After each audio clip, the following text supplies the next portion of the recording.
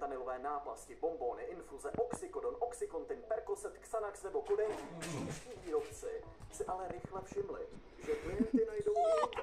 It's so easy and cheap to make. It can be anywhere. Těm navíc Číňané nemusí fentanyl ani míchat.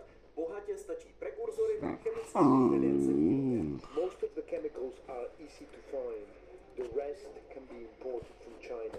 You can tell that there are 40 kilos of fentanyl here, ready to be sent up north to the US, where their value is more than... Cože? Reportér se snažil apelovat na city příčinného míchače. Bez velkého úspěchu.